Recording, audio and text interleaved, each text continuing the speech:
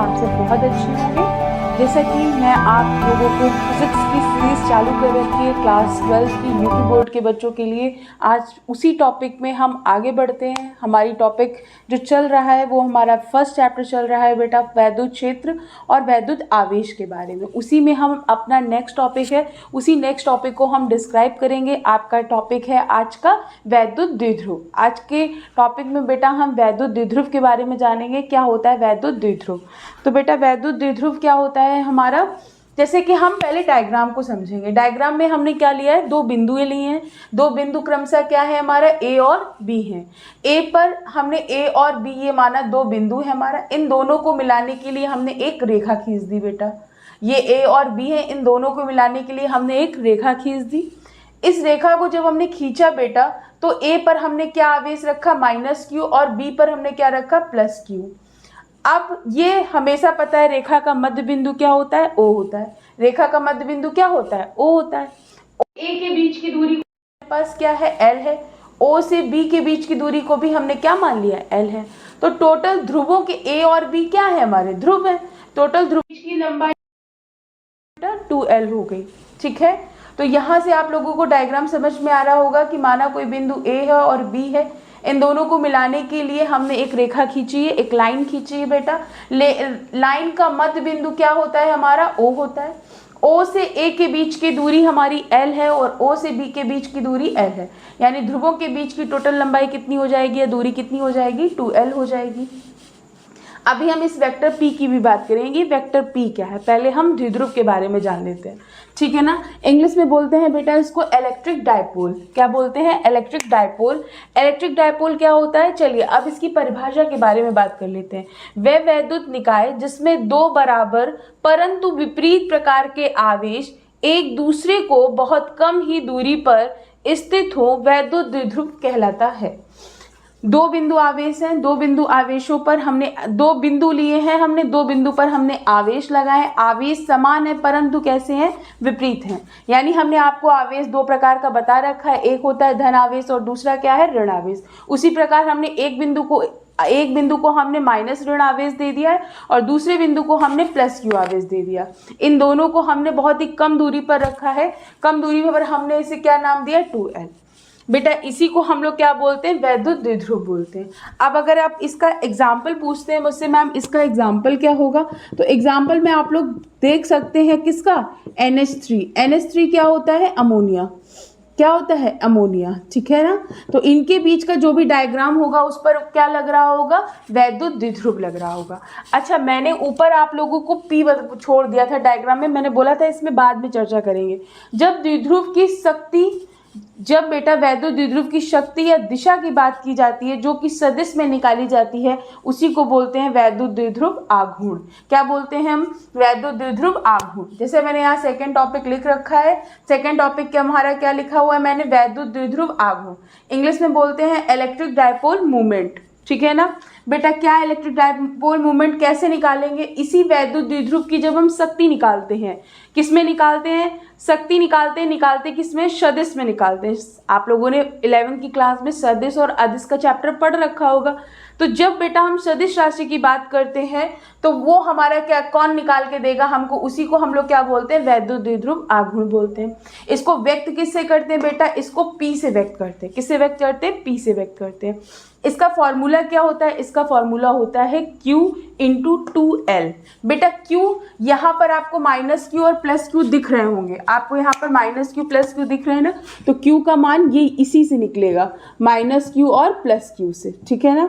और ध्रुवों के बीच की लंबाई के गुणनफल को क्या कहा जाता है, वैद्युत द्विध्रुव आघूर्ण कहते हैं। आई होप आप लोगों को ये फॉर्मूला समझ में आ रहा होगा।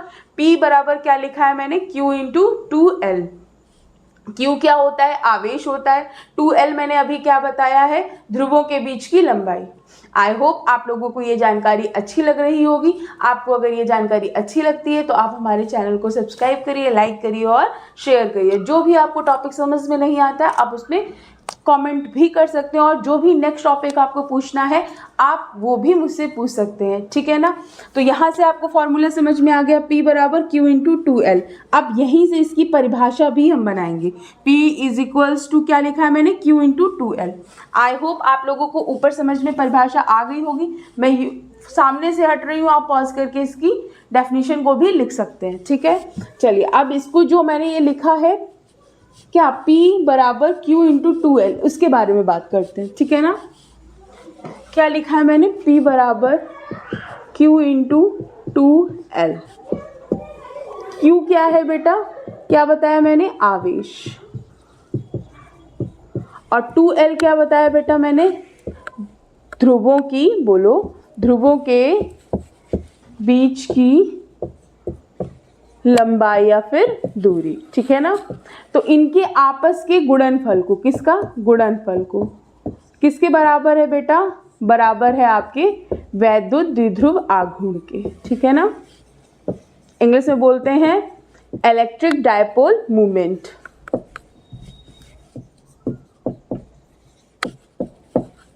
ठीक, अब इसके बात करते हैं। अब मैंने यहाँ पर एक शब्द लिखा है सदिश। सदिश रूप इसका अगर लिखना हो तो कैसे लिखेंगे आप सदिश रूप, जरा ये भी देख लीजिए।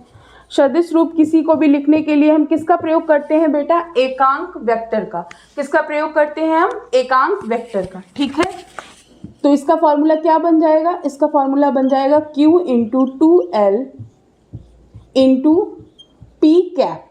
क्या बन जाएगा, P कैप। इस P कैप का मतलब क्या है, इसी को क्या बोलते हैं बेटा, इसी को बोलते हैं एकांक वेक्टर। P कैप का मतलब एकांक वेक्टर, ठीक है ना, हिंदी में बोलते हैं एकांक सदिश, ठीक। तो ये इसका फॉर्मूला बन गया सदिश रूप का। सदिश रूप का फॉर्मूला आप लोगों को समझ में आ रहा है ना, वेक्टर P बराबर Q इंटू 2L और P कैप, ठीक। अब इसकी बात कर लेते हैं मात्रक।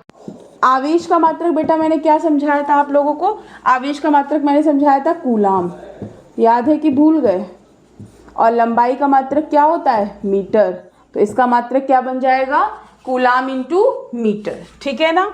अब इसकी बात कर लेते हैं हम विमा की, कि विमा क्या होगी। आवेश की विमा मैंने क्या याद कराई है, AT, और लंबाई की विमा क्या होती है, L। तो वैद्युत द्विध्रुव आघूर्ण की विमा क्या बन गई, ATL। क्या बन गई बेटा, ATL, ठीक है ना।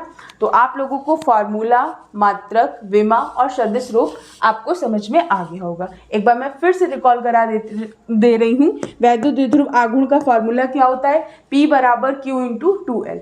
Q क्या होता है, आवेश होता है, 2L क्या होता है, ध्रुवों के बीच की लंबाई होती है। उसके बाद मैंने बात की है इसकी परिभाषा की, इसी फॉर्मूले से मैंने परिभाषा को बनाया है, जो कि मैंने आपको शॉर्ट ट्रिक में लिखवा रखी है। उसके बाद मैंने क्या बताया, उसके बाद बेटा मैंने आपको सदिश रूप बताया। सदिश रूप लिखने के लिए हम किसका प्रयोग करते हैं, एकांक वेक्टर का प्रयोग करते हैं। वेक्टर P बराबर Q इंटू 2L, ब्रैकेट बंद करेंगे, क्या लिखेंगे, P कैप लिखेंगे, ठीक है। उसके बाद मैंने मात्रक और विमा लिखा हुआ है।